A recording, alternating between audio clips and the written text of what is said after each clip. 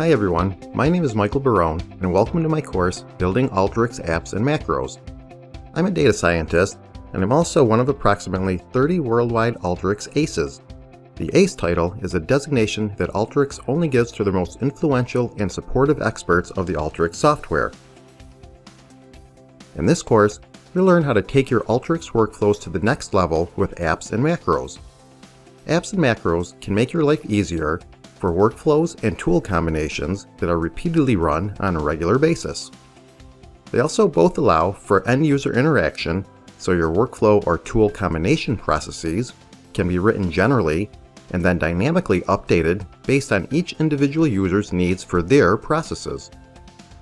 Some of the major topics that we'll cover include why you would use an app or macro, how to create a user interface for your users to interact with apps and macros you build, and how to make use of chained app functionality when an app is dependent upon another process completing first.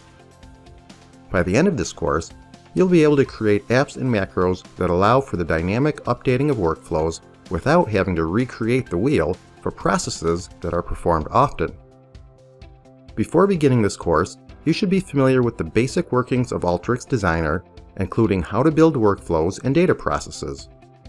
My Pluralsight course, Alteryx Designer Getting Started, is a great resource for this. I hope you'll join me as you continue your Alteryx journey with this Building Alteryx Apps and Macros course at Pluralsight.